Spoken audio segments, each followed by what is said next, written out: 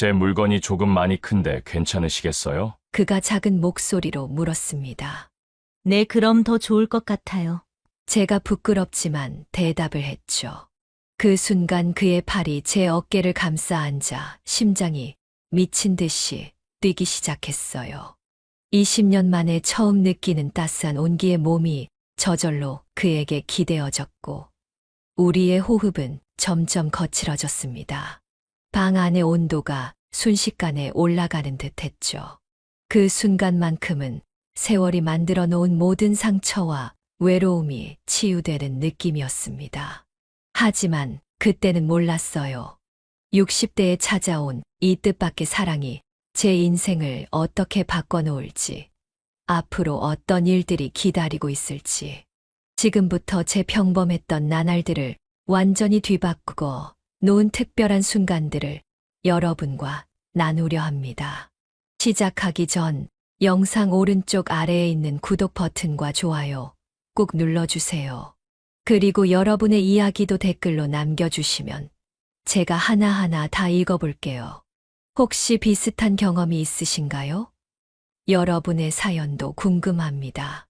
구독과 좋아요는 저에게 큰 힘이 되고 완전 무료니까 부담 없이 눌러주세요. 안녕하세요. 저는 한지은입니다. 올해로 63이 되었습니다. 충청북도 제천, 산과 호수로 둘러싸인 조용한 이 도시에서 작은 국밥집을 운영하며 살아왔어요. 무려 20년 전 남편이 교통사고로 갑자기 세상을 떠난 후부터 줄곧 혼자였습니다. 매일 새벽 5시 어둠이 채 가시지 않은 시간에 일어나 가게로 향했습니다. 국밥 육수를 끓이고 재료를 손질하고 손님들을 맞이하고 하루가 어떻게 지나가는지도 모른 채 기계처럼 살았어요. 세월이 흐르면서 제 머릿속엔 국밥 맛을 유지하는 것 외에는 아무 생각도 남지 않았죠. 지은 씨 국밥은 정말 고향 맛이야. 근데 이렇게 날마다 혼자 장사하니 힘들지 않아? 손님들의 이런 질문이 늘 따라왔습니다. 처음엔 대답하기 어려웠지만 시간이 지나면서 웃으며 넘기는 법을 배웠어요. 하지만 가게 문을 닫고 텅 빈 집으로 돌아가는 순간마다 밀려오는 외로움은 20년이 지나도 익숙해지지 않았습니다. 텔레비전 소리를 크게 틀어놓아도 라디오에서 사람들 목소리가 흘러나와도 채워지지 않는 그 공허함. 때로는 스스로에게 말을 걸기도 했어요. 지은아, 오늘도 수고했어. 여동생이 가끔 찾아와 말했습니다. 언니, 소개팅 한번 해볼래? 우리 교회에 괜찮은 분 계신데. 그때마다 저는 고개를 저었어요. 어느새 제 얼굴에 생긴 주름과 흰 머리카락을 보면서 누가 이런 나를 원할까 싶었거든요. 그렇게 점점 더 세상과 단절된 채 살아갔습니다.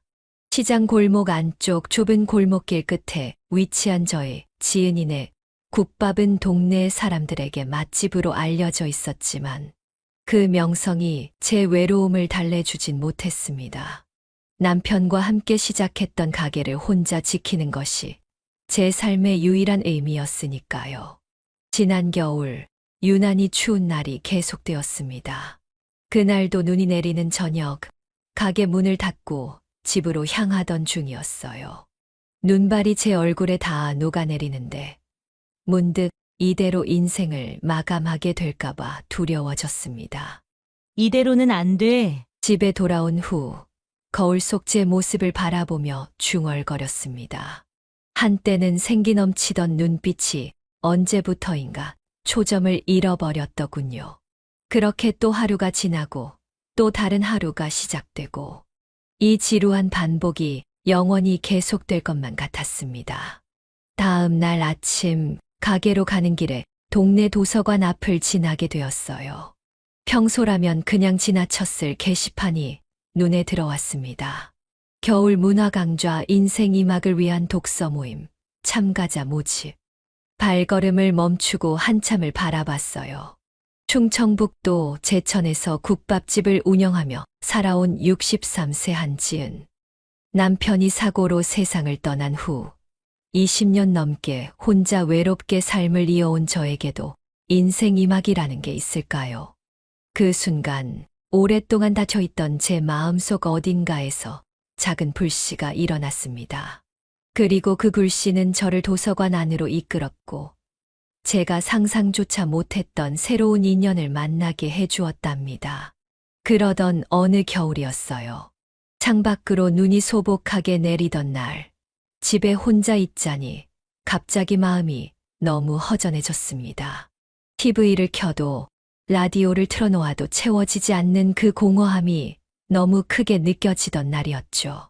사람 목소리가 듣고 싶어. 무료한 마음을 달래보고자 용기를 내어 동네 도서관 문화강좌에 등록했어요. 제가 선택한 강좌는 인생 이막을 위한 독서 모임이었습니다. 처음 가는 날 가슴이 두근거리더군요. 20년 만에 새로운 사람들을 만난다는 생각에 설레기도 했지만 그보다 더 큰 두려움이 있었어요.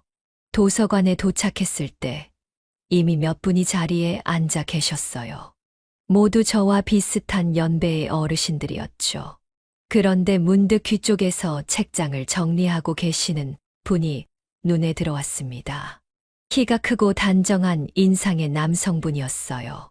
손에는 망치를 들고 책장 나사를 조이고 계셨죠.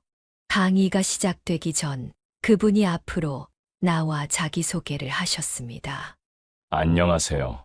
저는 이 도서관에서 자원봉사를 하고 있는 최동진이라고 합니다. 올해 65이고 젊었을 때는 목수 일을 했었습니다. 그의 목소리는 나지막하면서도 힘이 있었어요. 손은 거칠었지만 얼굴에는 따뜻한 미소가 머물러 있었죠. 그 모습이 왜인지 마음에 오래 남았습니다. 수업이 끝나고 사람들이 하나둘 빠져나갔어요. 저는 짐을 정리하며 느릿느릿 시간을 보내고 있었죠. 솔직히 말하면 집에 돌아가기 싫었던 겁니다. 그렇게 꾸물거리고 있는데 동진 씨가 다가오셨어요. 혹시 도움이 필요하신가요? 책을 좀 고르시는 것 같아서요. 저는 당황해서 얼른 대답했어요. 아, 네. 그냥 읽을 만한 책을 찾고 있었어요. 거짓말이었죠. 사실은 그냥 집에 가기 싫어서 시간을 끌고 있었으니까요. 하지만 동진 씨는 친절하게 책 한 권을 건네주셨어요. 이 책은 어떠세요? 요즘 인기 있는 소설인데 제가 읽어봤는데 참 좋더라고요. 그렇게 우리의 첫 대화가 시작되었습니다. 도서관이 문을 닫을 때까지 책에 대해 이야기를 나누었어요. 동진 씨는 자원봉사로 일주일에 3번 도서관에 나온다고 했습니다. 책장도 수리하고 낡은 의자도 고치고 가끔은 아이들에게 목공 수업도 해준다고 하셨죠. 사실 은퇴하고 나니까 손에 일이 없으면 허전해서요. 내 기술이 조금이라도 도움이 되면 좋겠다 싶어서 시작했어요. 그의 말에 마음이 따뜻해졌어요. 저도 모르게 제 이야기를 꺼내게 되더군요. 20년간 국밥집을 운영하며 혼자 살아온 이야기, 남편을 잃은 후의 외로움에 대해서요. 평소엔 절대 낯선 사람에게 하지 않았을 이야기들이었는데 그날따라 왜 그렇게 말이 많아졌는지 모르겠어요. 밖에 눈이 더 세차게 내리기 시작했습니다. 도서관을 나서는데 발걸음이 무거웠어요. 이대로 헤어지면 다시는 만나지 못할 것 같다는 생각에 왠지 모를 아쉬움이 밀려왔죠. 그때였어요. 동진 씨가 제게 물었습니다. 혹시 다음 주에도 오실 거예요? 제가 다음 주엔 특별한 책을 소개해드리고 싶은데. 순간 가슴이 벌렁했습니다. 마치 20살 소녀처럼 설레었어요. 저도 모르게 고개를 끄덕였죠. 그렇게 매주 화요일마다 도서관으로 향하는 발걸음이 가벼워졌습니다. 동진 씨를 만난다는 생각에 아침부터 거울을 보며 머리도 만지고 오랫동안 입지 않았던 옷장 속 예쁜 옷들도 꺼내 입게 되었어요. 도서관에서 만나면 늘 같은 자리에 앉아 책 이야기를 나누었습니다. 때로는 동진 씨가 도서관 곳곳을 수리할 때 제가 옆에서 도와주기도 했죠. 그의 손재주가 참 놀라웠어요. 낡은 책장도 삐걱거리는 의자도 그의 손길이 닿으면 새 것처럼 변했거든요. 어느 겨울 무료한 마음을 달래고자 동네 도서관 문화강좌에 등록했던 그날. 그곳에서 자원봉사로 나와 있던 65세의 전 목수 출신 남자 최동진 씨를 처음 만났습니다. 그리고 그 만남이 제 인생의 겨울을 녹이는 따스한 봄바람이 되리라고는 상상도 못했죠. 그렇게 일주일에 3번 도서관에서 동진 씨를 만나게 되었습니다. 매번 강좌가 끝나면 동진 씨는 책장을 정리하고 저는 그를 돕는다는 핑계로 남아있곤 했죠. 그러던 어느 날이었어요. 도서관이 한산한 오후, 동진 씨와 저는 오래된 책장 구석에 쌓인 책들을 정리하고 있었습니다. 그날따라 먼지가 많이 쌓여 있어서 손이 자꾸 더러워졌어요. 책을 한 권씩 빼서 먼지를 털고 다시 꽂는 작업을 반복하던 중이었죠. 이쪽은 제가 할게요. 지은 씨는 저쪽부터 해주시겠어요? 동진 씨의 말에 고개를 끄덕이며 반대편으로 이동했습니다. 우리는 각자 말없이 책을 정리하며 시간을 보냈어요. 가끔 눈이 마주치면 어색하게 웃음을 짓곤 했죠. 그러다 문득 같은 책장 칸을 정리하게 되었어요. 제가 책 한 권을 꺼내려는 순간 동진 씨도 같은 책에 손을 뻗었습니다. 그러다 우연히 우리의 손끝이 스쳤어요. 순간 전기에 감전된 것처럼 온몸에 찌릿한 감각이 퍼졌습니다. 동진 씨의 거친 손끝이 제 손에 닿은 그 순간 시간이 멈춘 것 같았어요.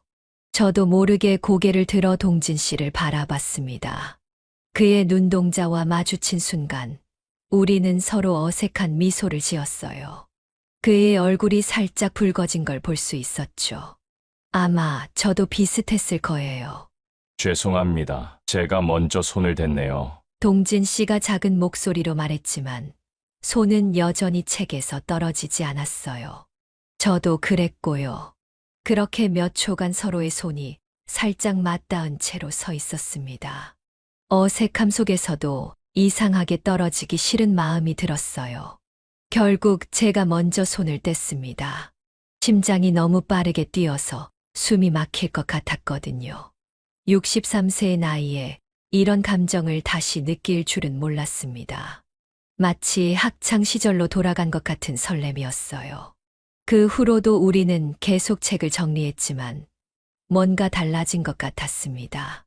공기 중에 묘한 긴장감이 감돌았어요. 가끔씩 서로를 훔쳐보다 눈이 마주치면 어색하게 웃음을 지었죠. 도서관 문을 닫을 시간이 다가오자 동진 씨가 물었습니다. 오늘 일을 다 마치고 나면 혹시 차라도 한잔 하실래요? 그 말에 저는 잠시 망설였어요. 20년 넘게 남자와 단둘이 차를 마신 적이 없었거든요. 하지만 그날따라 용기가 솟았습니다. 네, 좋아요. 근처에 괜찮은 찻집이 있어요. 동진 씨의 얼굴에 환한 미소가 번졌습니다. 그렇게 우리는 도서관 문을 닫고 근처 조용한 찻집으로 향했어요. 찻집은 아늑했고 창가에 앉아 내리는 눈을 바라보며 우리는 처음으로 서로의 이야기를 나누기 시작했습니다. 동진 씨는 40년간 목수로 일했던 이야기, 15년 전에 아내를 병으로 잃은 이야기, 두 아들은 모두 서울에서 자기 가정을 꾸리고 살고 있다는 이야기를 들려주었어요. 저도 제 이야기를 했습니다. 국밥집을 운영하며 혼자 살아온 외로운 시간들, 그리고 요즘 들어 더 크게 느껴지는 쓸쓸함에 대해서요. 그렇게 우리는 찻집이 문을 닫을 때까지 이야기를 나눴어요. 따뜻한 차 한 잔을 함께 마시는 동안 서로의 삶에 대해 더 깊이 알게 되었죠. 그리고 그날 이후로 도서관 강좌가 끝나면 늘 함께 차를 마시는 것이 우리의 일상이 되었습니다. 두 사람은 우연히 책장을 함께 정리하다 손끝이 스치며 어색한 미소를 나눴고 그날 이후 따뜻한 차 한 잔을 나누는 사이가 되었습니다.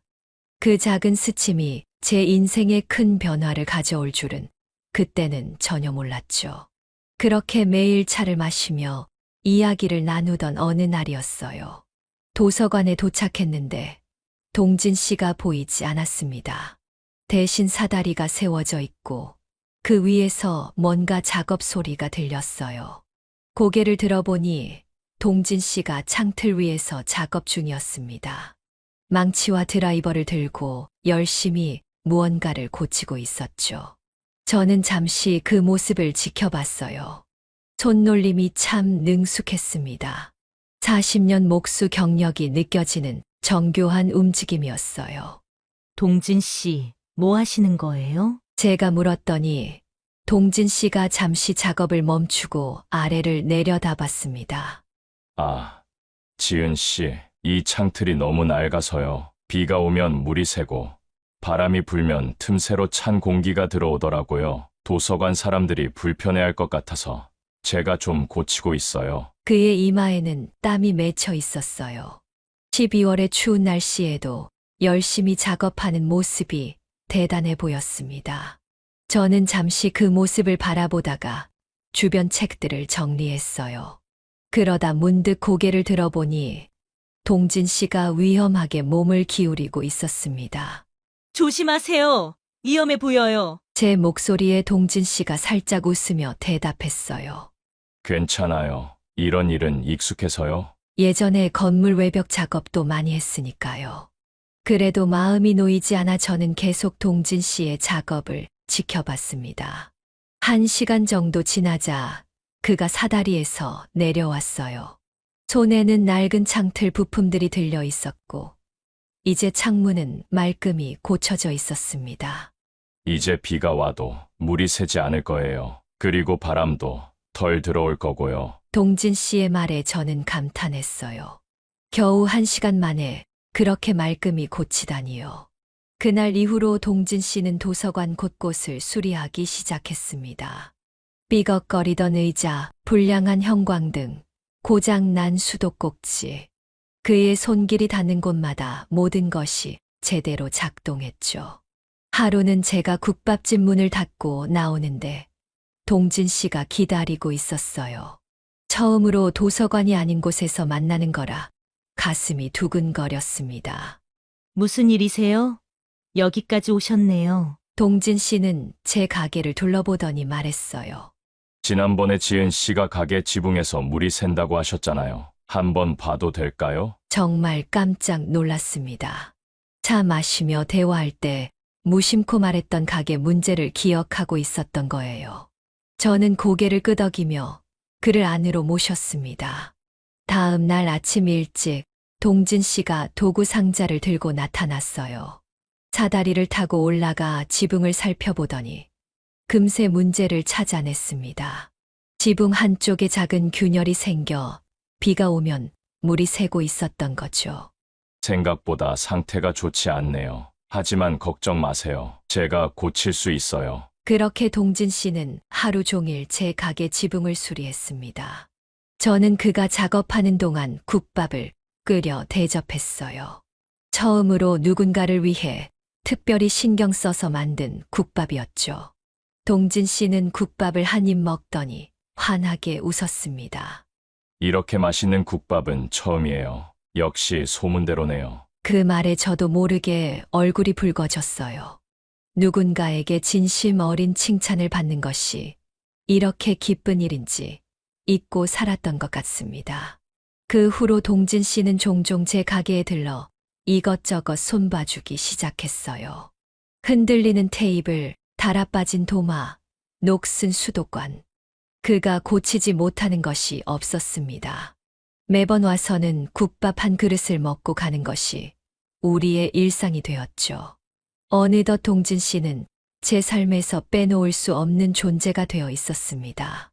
아침에 가게 문을 열 때면 그가 올 시간을 기다리게 되고 저녁에 문을 닫을 때면 내일 또 볼 수 있다는 생각에 설레기도 했어요. 동진 씨는 낡은 도서관 창틀을 직접 수리하겠다며 정성껏 손을 보더니 이후엔 제 가게 지붕까지 고쳐주겠다며 자연스럽게 그녀의 삶 속에 스며들었습니다. 제 인생의 40대, 50대, 60대를 함께한 국밥집. 그 오래된 공간에 새로운 숨결이 불어넣어지는 것 같았어요. 어느 날 오후였어요. 가게는 점심 손님들로 붐비다가 이제 막 조용해진 시간이었죠. 동진 씨가 마당 한쪽에서 낡은 테이블을 수리하고 계셨어요. 그의 손은 거칠고 굴었지만 나무를 다루는 손길은 놀랄 만큼 섬세했습니다. 저는 주방에서 국물을 끓이며 창문으로 그의 모습을 지켜봤어요. 땀방울이 이마에 맺히고 가끔 손등으로 닦아내는 모습이 왠지 모르게 가슴 한편을 따뜻하게 했어요. 허리를 굽혀 열심히 작업하는 모습은 미술관의 조각상처럼 아름다워 보였습니다. 문득 그가 고개를 들어 제 시선을 느꼈는지 저를 바라봤어요. 부드러운 미소를 지으며 손을 흔들었죠. 저는 얼른 국밥 한 그릇을 담아 그에게 건넸습니다. 점심 먹으셔야죠. 오늘은 특별히 제가 아침부터 준비한 소고기 국밥이에요. 동진 씨는 고마워하며 받아 한 숟가락 떠 먹었어요. 그리고는 잠시 눈을 감고 음미하는 듯 했습니다. 지은 씨, 이 국밥 맛은 제 어머니가 해주시던 맛이네요. 오랜만에 느껴보는 그런 따뜻함이 있어요. 그 말에 제 마음이 울컥했어요. 누군가에게 어머니의 손맛을 떠올리게 했다는 건 요리사로서 들을 수 있는 최고의 칭찬이니까요. 무심코 눈시울이 붉어졌는데 동진 씨가 그것을 알아차렸는지 살며시 제 손을 잡았어요. 그의 손은 거칠었습니다. 수십 년간 목재를 다루고 망치를 잡고 톱질을 하며 생긴 굳은 살과 상처들이 가득했죠. 하지만 그 거친 손이 제 손을 잡는 순간 말로 표현할 수 없는 따뜻함이 전해졌어요. 마치 오랫동안 꽁꽁 얼어있던 제 마음이 서서히 녹아내리는 것 같았습니다. 가게 뒷마당 작은 평상에 나란히 앉아 우리는 오랫동안 말없이 하늘을 바라봤어요. 아무 말도 하지 않았는데도 마음이 통하는 느낌이었죠. 20년 만에 처음으로 느끼는 감정이었어요. 누군가와 함께 있다는 것, 그것만으로도 충분한 위로가 되는 그런 느낌. 동진 씨가 문득 입을 열었어요. 나이 들어 혼자라는 건 참 외로운 일이죠. 제 방 천장을 바라보며 밤을 지새울 때가 많았어요. 옆에 누군가 있었으면 하고 바라는 그런 밤들. 그의 말에 제 마음이 더 깊이 공감했습니다. 저도 그랬으니까요. 수없이 많은 밤을 혼자 뒤척이며 보냈던 그 시간들, 이불을 끌어안고 외로움을 달래던 순간들이 떠올랐어요. 어느 주말 오후 동진 씨는 제 가게 입구 계단을 고치고 있었어요. 낡은 시멘트 계단이 비가 오면 미끄러워서 위험하다며 미끄럼 방지 테이프를 붙이고 난간도 새로 설치해 주었죠. 그의 온몸에 땀이 배어 있었지만 작업에 몰두한 모습이 참 인상적이었습니다. 지은 씨, 이제 이 계단은 안전해요. 비가 와도 넘어질 걱정 없이 다니세요. 마침 제가 시원한 보리차를 가지고 나왔을 때였어요. 그가 일어서다가 갑자기 발을 헛디뎠고 저는 순간적으로 그를 붙잡았습니다. 그 순간 우리의 시선이 마주쳤어요. 시간이 멈춘 것 같았습니다. 그의 눈에서 제 눈을 떼지 못했고 서로의 숨결이 느껴질 만큼 가까웠어요. 동진 씨가 조심스럽게 손을 뻗어 제 뺨을 감쌌습니다. 거친 손바닥이 닿는 순간 전율이 온몸을 타고 흘렀어요. 그리고 우리의 입술이 만났습니다. 20년 만에 느껴보는 달콤한 감각이었어요. 짧지만 영원처럼 느껴지는 순간이었죠. 키스를 마치고 우리는 서로를 바라보며 어색하게 웃었습니다. 말은 필요 없었어요. 그 키스에 모든 감정이 담겨 있었으니까요. 20년 동안 잊고 살았던 따뜻함, 누군가에게 사랑받는 듯한 안정감, 함께 있다는 안심감. 이 모든 것들이 물밀듯이 밀려왔습니다. 그날 밤, 가게 문을 닫고 집으로 돌아오는 길에 처음으로 하늘의 별들이 유난히 밝게 빛나 보였어요. 마치 어둠 속에서도 빛을 잃지 않는 별처럼 제 마음 속에도 작은 빛이 생긴 것 같았습니다. 집에 돌아와 거울을 보니 얼굴에 미소가 번져 있었어요.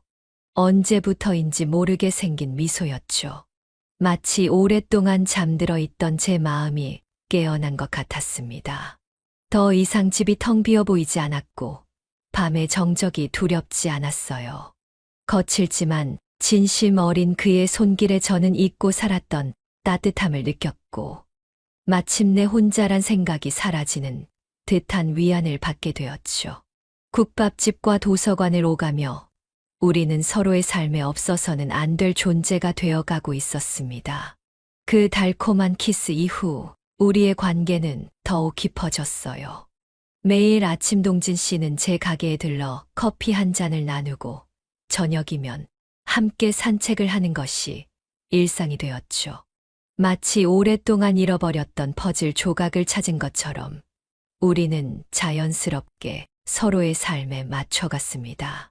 그런데 어느 날부터 동진 씨가 갑자기 보이지 않기 시작했어요. 처음에는 몸이 좀 안 좋으신가 싶어 걱정했지만 전화도 받지 않고 문자에도 답이 없었습니다. 하루, 이틀, 사흘. 시간이 지날수록 가슴 한 구석이 점점 무거워졌어요. 일주일째 되는 날, 저는 도서관에 가보기로 했습니다.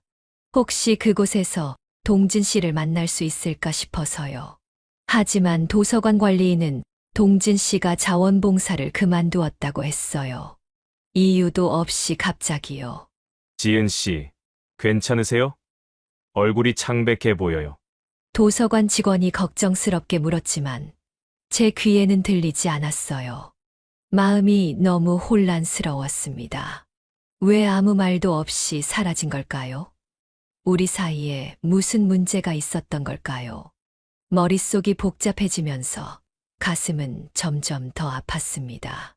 가게로 돌아오는 길, 동네 작은 카페 앞을 지나가는데 익숙한 목소리가 들렸어요. 몇몇 아주머니들이 모여 있었는데 그들의 대화 내용이 자꾸 귀에 들어왔습니다. 그 양반 요즘 젊은 여자랑 자주 병원 다닌대요. 맞아요. 저도 봤어요. 서로 팔짱 끼고 다정하게 걸어가는 모습을. 그런 나이에 뭐 그런 짓을 하는지 불쌍한 지은 씨는 모르고 있겠죠? 순간 다리에 힘이 풀렸어요. 벽에 기대어 서지 않았다면 그 자리에 주저앉았을 거예요. 젊은 여자와 병원을 다녔다고요. 그것도 팔짱을 끼고 다정하게? 집으로 돌아와 혼자 밤을 보내는 동안 머릿속은 온갖 생각으로 가득 찼습니다.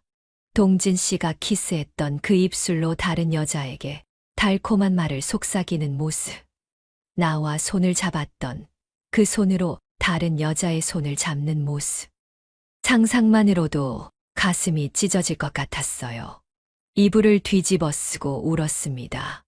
63년을 살아오면서 이렇게 서럽게 운 적이 있었나 싶을 정도로요. 바보 같았어요. 20년 만에 누군가에게 마음을 열었는데 그것이 이런 결과로 돌아올 줄은 생각도 못했으니까요. 다음 날 아침 거울을 보니 눈은 퉁퉁 부어 있고 얼굴은 헬쑥했어요. 가게에 나가기도 싫었지만 생계가 걸린 일이라 어쩔 수 없었습니다. 국밥을 끓이면서도 정신은 온통 딴 데 가 있었어요. 그래서인지 국물이 넘치고 그릇을 깨고 손님 주문을 잘못 받기도 했죠. 지은 씨, 요즘 안 좋은 일 있어요? 어제부터 그 양반도 안 보이던데. 단골 손님의 질문에 그저 미소로 답할 수밖에 없었어요. 뭐라고 대답해야 할지 모르겠더라고요. 네, 제가 좋아하는 사람이 다른 여자와 병원에 다니고 있대요. 라고 말할 수는 없잖아요. 열흘째 되는 날, 도저히 참을 수 없어서 동진 씨의 집을 찾아보기로 했어요. 예전에 함께 걸으며 그가 자신의 집 근처를 지나갈 때 저기 살아요라고 말했던 기억이 있었거든요. 하지만 정확한 주소는 모르니 그 근처를 헤매는 수밖에 없었습니다. 골목을 돌아다니며 찾고 있는데 문득 길 건너편 약국 앞에서 익숙한 실루엣이 보였어요. 키가 크고 단정한 모습. 분명 동진 씨였습니다. 그런데 그 옆에 젊은 여성이 함께 있었어요. 동진 씨의 팔을 붙잡고 걸어가는 모습이 너무나 다정해 보였습니다. 심장이 내려앉는 기분이었어요. 아주머니들의 소문이 사실이었나 봐요. 그렇게 진심을 다해 저를 대해주던 그 사람이 다른 여자와 같이 다닌다는 소식은 정말 슬프기 그지 없었습니다. 제 마음속에 피어나기 시작했던 사랑의 불씨가 한순간에 꺼져버리는 것 같았어요. 약국 앞에서 동진 씨와 젊은 여성을 본 후 저는 그 자리에 얼어붙었습니다. 도망치고 싶었지만 다리가 움직이지 않았어요. 그들이 약국에서 나와 골목길로 걸어가는 모습을 멍하니 바라보고 있었죠. 그런데 이상한 점이 눈에 들어왔어요. 동진 씨의 걸음걸이가 평소와 달랐습니다. 힘겹게 절뚝거리며 걷고 있었어요. 그리고 자세히 보니 그가 지팡이에 의지한 채 간신히 몸을 지탱하고 있었습니다. 젊은 여성은 그를 부축하며 천천히 걸음을 맞추고 있었죠. 호기심과 걱정이 한꺼번에 몰려왔어요. 무슨 일이 있었던 걸까? 왜 지팡이를 짚고 있는 걸까? 용기를 내어 그들을 따라가기로 했습니다. 이대로 의문을 안고 돌아갈 수는 없었으니까요. 조심스럽게 거리를 두며 그들의 뒤를 쫓았어요. 좁은 골목길을 지나 주택가로 들어서는데 동진 씨가 멈춰 서더니 고통스러운 표정을 지었습니다. 여성이 그의 팔을 잡고 어디 괜찮냐고 물어보는 것 같았어요. 심장이 빠르게 뛰었습니다. 무슨 일이 있었던 건지 알아야 했어요. 더 이상 숨어 있을 수 없다고 느꼈죠. 깊게 숨을 들이마시고 그들에게 다가갔습니다. 동진 씨, 제 목소리에 그가 놀라 고개를 돌렸어요. 그의 얼굴이 창백했고 눈 밑에는 피곤함이 깃들어 있었습니다. 하지만 저를 보자 그의 눈이 반짝였어요. 지은 씨, 여기서 뭐 하세요? 말문이 막혔습니다. 뭐라고 대답해야 할지 몰랐어요. 당신이 보고 싶어서요. 왜 연락이 없었는지 궁금해서요. 젊은 여자와 다닌다는 소문이 있어서요. 어느 것도 쉽게 말할 수 없었죠. 대신 그의 상태가 더 걱정되었어요. 무슨 일 있으셨어요? 왜 지팡이를 짚고 계세요? 그때 옆에 있던 여성이 미소를 지으며 말했어요. 아버지, 제가 먼저 가볼게요. 약은 식후에 꼭 드셔야 해요. 아버지라고요? 이 여성이 동진 씨의 딸이었던 거예요? 얼굴이 화끈거렸습니다. 제가 얼마나 큰 오해를 하고 있었는지 깨달았죠. 여성이 인사를 하고 떠난 후 우리 둘만 남게 되었어요. 동진 씨의 얼굴에는 미안함이 가득했습니다. 그가 천천히 길가의 벤치로 향했고 저는 그를 따라갔어요. 벤치에 앉아 동진 씨는 한참을 말없이 자신의 무릎을 바라보았습니다. 저도 아무 말 없이 기다렸어요. 그가 준비될 때까지 기다려주고 싶었거든요. 많이 걱정하셨죠? 제가 갑자기 연락도 없이 사라져서. 그의 목소리에는 깊은 미안함이 담겨 있었어요. 저는 고개를 끄덕였습니다. 그리고 솔직하게 말했어요. 네, 걱정했어요. 그리고 오해도 했고요. 동진 씨가 쓴웃음을 지었어요. 소문이 났나 보네요. 젊은 여자와 다닌다고. 말끝을 흐리며 그는 한숨을 쉬었습니다. 그리고 천천히 바지를 걷어올려 무릎을 보여주었어요. 붕대가 두껍게 감겨 있었습니다. 수술을 받았어요. 오래된 부상이 악화돼서. 딸이 간호사라 병원에 데려다 주고 치료도 도와줬죠. 순간 모든 것이 명확해졌어요. 갑자기 연락이 끊긴 이유, 젊은 여자와 함께 다니던 이유, 지팡이를 짚는 이유까지 제 마음속 의문이 하나씩 풀려나갔습니다. 그의 얼굴을 자세히 보니 고통을 참는 기색이 역력했어요. 무릎 수술이 쉬운 일이 아닌데 벌써 걸어 다니고 있다니. 그가 얼마나 강인한 사람인지 새삼 느껴졌습니다. 왜 말씀 안 하셨어요? 제가 도와드렸을 텐데. 동진 씨는 머뭇거리며 대답했어요. 그동안 혼자 살아오면서 누구에게 의지하는 게 익숙하지 않아서요. 그리고 당신에게 부담 주기 싫었어요. 이런 모습 보이기도 창피하고. 그 말에 저는 그만 눈물이 났어요. 혼자 아픔을 견디며 저를 걱정했다니. 제 손이 저도 모르게 그의 손을 찾아갔습니다. 거친 손가락 사이로 제 손가락을 끼워 넣었어요. 그 순간 가슴 한켠에 맺혔던 응어리가 녹아내리는 것 같았어요. 동진 씨와 제가 벤치에 나란히 앉아 있는데 갑자기 하늘에서 빗방울이 떨어지기 시작했어요. 마침 근처에 작은 카페가 있어 우리는 그곳으로 들어갔습니다. 조용한 구석자리에 앉아 따뜻한 차를 주문했어요. 제 눈이 자꾸 그의 지팡이와 붕대 감긴 무릎으로 향했습니다. 무슨 일이 있었는지 묻고 싶었지만 먼저 이야기할 때까지 기다리기로 했어요. 동진 씨는 한참을 창밖에 빗방울을 바라보다가 천천히 입을 열었습니다. 사실 이 무릎 때문에 망설였어요. 당신에게 다가가는 것도, 우리의 관계도 모두 다요. 그의 목소리가 낮게 가라앉았어요. 저는 말없이 그를 바라봤습니다.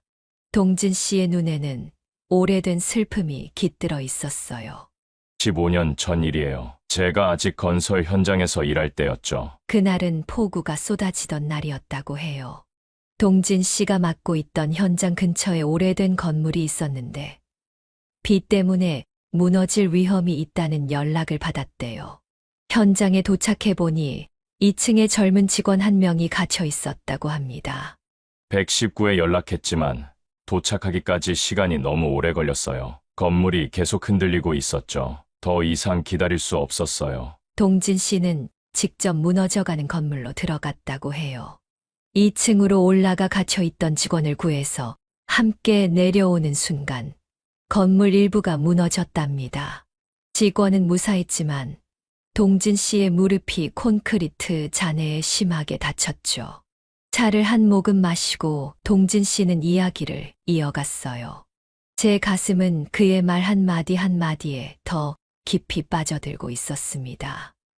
그런데 그 건물 주인이 저를 고소했어요. 무단 침입이라면서요. 순간 저는 숨이 멎는 것 같았어요. 누군가의 생명을 구하려 했을 뿐인데 오히려 법적 처벌을 받았다니 너무 억울했습니다. 동진 씨는 덤덤하게 말을 이었어요. 재판 결과 그는 무단 침입 혐의로 벌금형을 받았고 그 기록이 남아 전과자라는 딱지가 붙게 되었다고 합니다. 큰 건설회사를 운영하던 그는 그 일을 계기로 사업을 접을 수밖에 없었대요.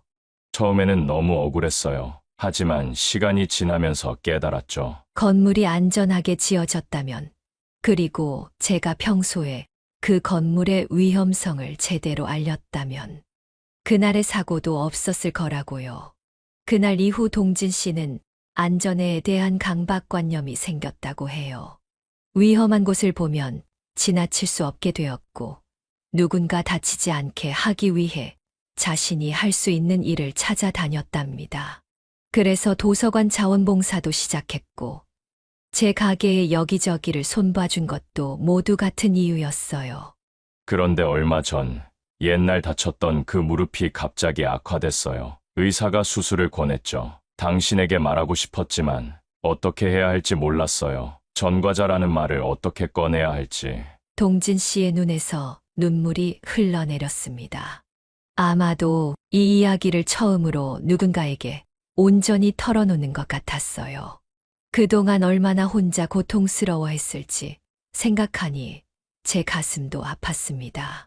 수술 후 통증이 심해서 연락도 못 드리고 딸이 간호사라 집에 와서 돌봐줬어요. 그런데 그게 소문이 되어 당신에게까지 상처를 줬네요. 동진 씨가 미안하다며 고개를 숙였습니다. 하지만 저는 더 이상 그의 사과를 듣고 싶지 않았어요. 오히려 그런 고통스러운 과거를 가진 채로도 다른 사람들을 위해 헌신해온 그의 모습이 더 빛나 보였거든요. 동진 씨는 얼마 전 붕괴 위기의 작업 현장에서 직원을 구하려다 무릎을 크게 다쳤고 이후 불법 침입이라는 이유로 전과자가 되었다는 진실을 털어놓습니다.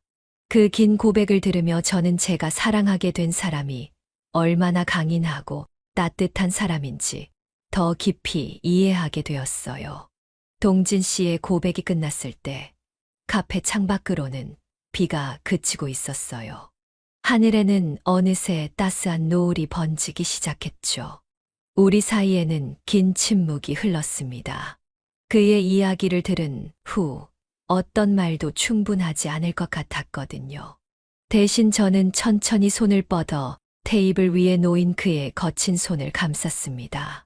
굳은 살 박힌 손가락, 세월의 흔적이 새겨진 주름들, 몫으로 일하며 생긴 작은 상처들. 그 모든 것이 더욱 소중하게 느껴졌어요.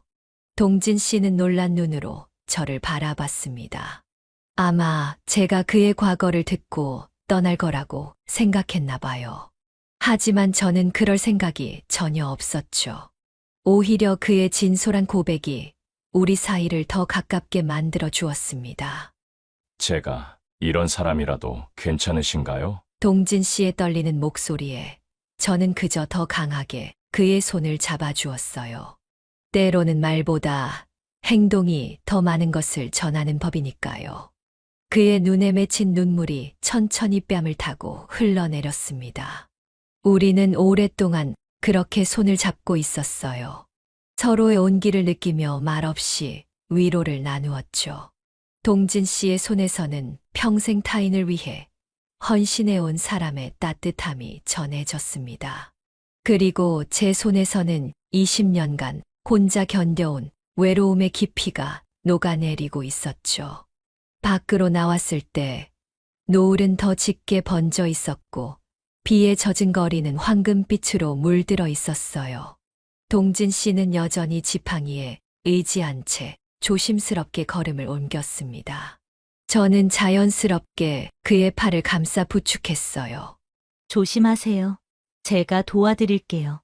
그는 처음에는 어색해했지만 곧 제 도움을 받아들이며 미소 지었습니다. 우리는 천천히, 아주 천천히 걸었어요. 그의 걸음에 맞추어 서두르지 않고 함께 걸었죠. 동네 공원을 지나며 동진 씨가 문득 말했어요. 예전에는 항상 서두르기만 했어요. 더 높은 빌딩을 더 빨리 짓고, 더 많은 현장을 관리하고, 그런데 지금은 이렇게 천천히 걷는 것이 행복하네요. 그 말에 제 마음이 따뜻해졌습니다. 저도 비슷한 감정이었거든요. 남편이 떠난 후 20년 동안 저는 그저 살아남기 위해 하루하루를 버텨왔어요. 하지만 지금 동진 씨와 나란히 걸으며 처음으로 삶을 느꼈습니다. 숨 쉬고 느끼고 함께하는 그 순간의 소중함을 말이에요. 공원 벤치에 앉아 우리는 노을이 지는 하늘을 바라봤어요. 어둠이 내리기 시작했지만 더 이상 두렵지 않았습니다. 혼자가 아니니까요. 앞으로도 이렇게 함께 걸어도 될까요? 제 걸음이 느리고 때론 지팡이가 필요하겠지만, 동진 씨의 조심스러운 물음에 저는 웃으며 대답했어요. 천천히 걸을수록 더 많은 것을 볼 수 있잖아요. 급할 게 뭐 있나요? 우리에겐 시간이 있으니까요. 그 말에 동진 씨의 얼굴에 환한 미소가 번졌습니다. 그리고 그는 조심스럽게 제 어깨에 팔을 두르며 저를 가까이 끌어당겼어요. 우리의 온기가 섞이며 오랜 외로움이 조금씩 녹아내리는 기분이었습니다. 집으로 돌아오는 길, 우리는 앞으로의 이야기를 나눴어요. 동진 씨의 재활치료에 제가 동행하기로 했고, 서로의 집에 왔다 갔다 하며 함께 시간을 보내기로 했죠. 그리고 무엇보다 어떤 어려움이 와도 서로에게 솔직하기로 약속했습니다. 그의 고백을 들은 저는 말없이 그의 손을 잡아주었고, 두 사람은 오랜 외로움을 나누며 함께 걷기로 약속했습니다. 그날 저녁 집으로 돌아오는 길에 보았던 별들이 유난히 밝게 빛나 보였어요. 마치 우리의 새로운 시작을 축복해 주는 것 같았습니다. 그렇게 며칠이 지나고 동진 씨는 조금씩 회복되어 지팡이 없이도 짧은 거리를 걸을 수 있게 되었어요. 우리는 함께 도서관에도 가고 그의 도움을 받아 제 국밥집 내부도 조금씩 손보기 시작했죠. 사람들의 시선이 느껴졌지만 우리는 행복했습니다. 그런데 어느 날 동네 사람들 사이에서 수군거림이 시작되었어요. 처음에는 그저 저 양반이 지은 씨랑 사귀나 보네. 라는 정도였는데 점점 이상한 소문으로 변해갔습니다. 제가 가게 문을 닫고 있는데 옆 가게 주인이 조심스레 다가와 말을 건넸어요. 지은 씨, 그 사람 조심해야 한대요. 전에 범죄 전과가 있다면서요? 순간 가슴이 철렁 내려앉았어요. 동진 씨의 과거가 어떻게 알려진 걸까요? 누가 그런 이야기를 퍼뜨린 걸까요? 걱정이 되어 서둘러 집으로 향했습니다. 다음 날 시장 입구에서 평소 단골이던 아주머니들이 모여 이야기하는 소리가 들렸어요. 그 양반 전과자래. 어떤 범죄를 저질렀는지는 모르겠지만 지은이가 불쌍해. 나이 들어 사기라도 당하면 어쩌려고. 그동안 우리 집 망치도 빌려가고 도서관에도 드나들고 뭔가 계획이 있었나 봐. 마음이 아팠어요.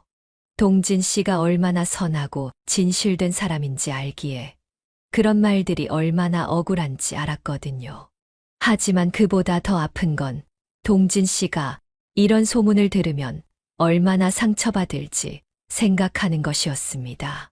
그날 오후 사람들이 많이 모이는 동네 노인정 앞에서 동진 씨를 보게 되었어요. 그가 노인정 계단 난간을 수리하고 있었는데 주변에 몇몇 어르신들이 모여 수군거리고 있었습니다. 우리 동네에 전과자가 있으면 안 되지. 우리 손주들도 도서관에 가는데 위험하지 않을까? 동진 씨는 아무 말 없이 고개를 숙이고 작업만 하고 계셨어요. 하지만 그의 굳은 표정에서 얼마나 마음이 아픈지 느껴졌습니다. 더 이상 참을 수 없었어요. 잠깐만요. 제 목소리가 생각보다 크게 나와서 놀랐어요. 모든 사람들이 저를 바라봤습니다. 다리가 후들거렸지만 동진 씨를 위해 용기를 냈습니다. 여러분, 동진 씨에 대해 오해하고 계세요. 그분이 왜 전과자가 되었는지 아세요? 떨리는 목소리로 저는 동진 씨의 이야기를 시작했어요.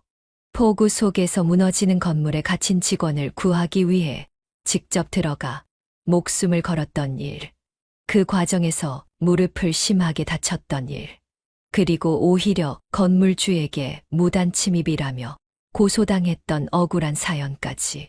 그분은 영웅이에요. 자신의 안전보다 다른 사람의 생명을 먼저 생각한 진정한 영웅이요. 그런데 어떻게 이런 소문을 퍼뜨리시나요? 제 목소리가 점점 떨려왔어요. 하지만 멈출 수 없었습니다. 동진 씨가 얼마나 많은 사람들을 도왔는지, 도서관 계단, 노인정 의자, 놀이터 미끄럼틀까지. 그가 손수 고쳐준 것들을 하나하나 말했어요. 여러분의 안전을 위해 밤새워 일하시는 분을 이렇게 대하는 게 맞나요? 전과자라는 딱지 하나로 그분의 모든 선행과 진심을 무시하는 게 옳은 일인가요? 말을 마치고 보니 사람들이 조용히 서로를 바라보고 있었어요. 부끄러움이 느껴지는 표정들이었습니다. 그중 한 어르신이 천천히 앞으로 나왔어요. 미안하네. 우리가 섣불리 판단했구먼. 사실 내 집 문고리도 고쳐주셨는데. 한 명, 두 명. 사람들이 자신들의 경험을 이야기하기 시작했어요. 동진 씨에게 도움받은 이야기, 그의 친절함에 감동받은 순간들. 그제서야 사람들의 표정이 달라지기 시작했습니다. 동진 씨는 그저 묵묵히 서 있었어요. 그의 눈에는 눈물이 고여 있었습니다. 저는 조심스레 그에게 다가가 손을 잡아주었어요. 하지만 동네 사람들은 동진 씨의 과거를 문제 삼으며 험한 말을 퍼부었고, 저는 모두 앞에서 그의 억울한 과거와 진심을 용기 있게 밝혔습니다. 그날 우리는 함께 손을 잡고 노인정을 나왔어요. 비록 모든 사람들의 마음이 단번에 바뀌진 않았지만 작은 변화의 시작이 느껴졌습니다. 그날 이후로 동네의 분위기가 조금씩 달라지기 시작했어요. 처음에는 미묘한 변화였습니다. 길에서 마주치면 눈인사를 건네는 사람들이 늘어나고 국밥집에 찾아오는 손님들이 다시 많아졌죠.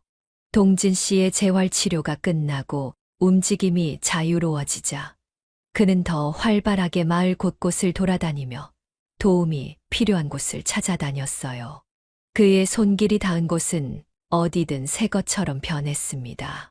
낡은 정자의 지붕, 마을 회관의 창문, 공원 벤치까지. 그의 정성 어린 손길이 마을 전체를 조금씩 변화시켰어요. 어느 날 제천시장 정문이 갑자기 고장났을 때였어요. 비가 많이 내리던 날이라 사람들이 당황했는데 동진 씨가 나타나 순식간에 문제를 해결했죠. 시장 상인들이 모여 감사를 표했고 그날 이후로 시장에서는 언제나 동진 씨를 따뜻하게 맞아주셨어요. 동진 씨, 우리 집 선반도 좀 봐주세요. 술 한 잔 대접할게요. 상인들의 부탁이 하나둘 늘어갔고 동진 씨는 모든 요청에 진심으로 응했습니다. 제 국밥집은 덕분에 동진 씨의 쉼터라는 별명이 생겼어요. 일을 마친 그가 들러 국밥 한 그릇을 먹는 모습이 일상이 되었으니까요. 동네 초등학교에서는 동진 씨를 초청해 목공 수업을 부탁했어요. 손재주 좋은 할아버지가 아이들에게 직접 나무 연필꽂이 만드는 법을 가르쳐 주는 모습은 정말 보기 좋았습니다. 아이들은 그를 마술 할아버지라고 불렀어요. 고장난 것은 뭐든지 고칠 수 있는 마법 같은 손을 가졌다면서요. 아이들에게 이런 기술을 가르쳐 주셔서 정말 감사합니다. 요즘 아이들이 모든 걸 사서 쓰기만 하잖아요. 직접 만드는 기쁨을 알려주시니 아주 좋네요. 학교 교장 선생님의 인사에 동진 씨는 쑥스러워하셨지만 그의 눈빛에서 행복감이 느껴졌어요. 이제 그는 더 이상 전과자가 아니라 마을의 손재주꾼으로 불리게 되었습니다. 저희 국밥집도 변화가 생겼어요. 동진 씨의 제안으로 가게 한쪽에 작은 수리 공방을 마련했거든요.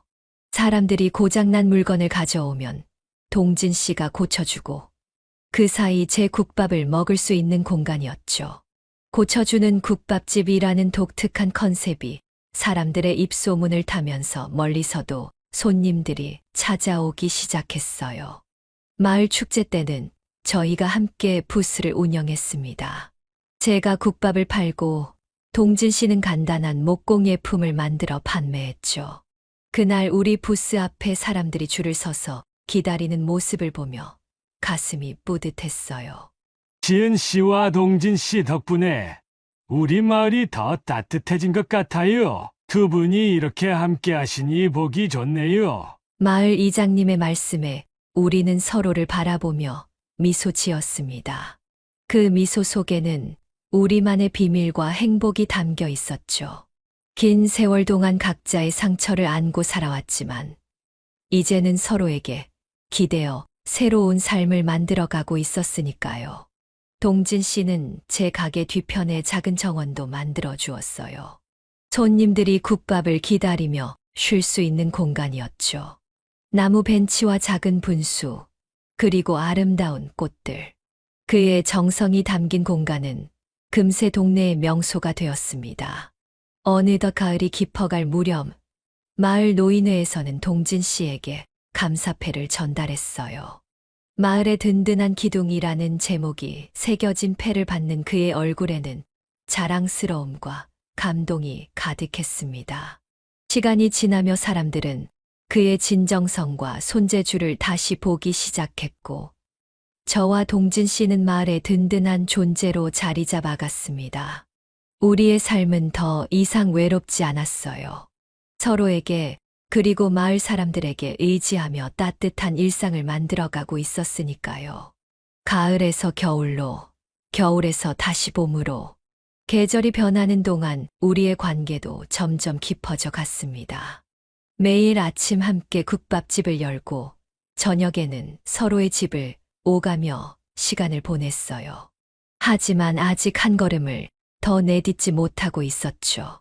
어느 날 동진 씨가 꽃다발을 들고 제 가게에 찾아왔어요. 평소와는 다른 긴장된 표정이었죠. 손님들이 모두 돌아간 후 그는 조심스럽게 제게 다가왔습니다. 지은 씨, 이제 우리 정식으로 결혼하는 게 어떨까요? 이렇게 서로 다른 집에서 오가는 것보다 함께 살면서 남은 인생을 보내고 싶어요. 그 말에 가슴이 떨렸어요.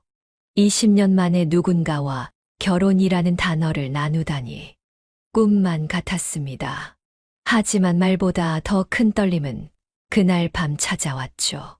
봄비가 내리던 저녁, 우리는 결혼을 약속하고 동진 씨의 집으로 향했어요. 그의 집은 생각보다 아늑했습니다.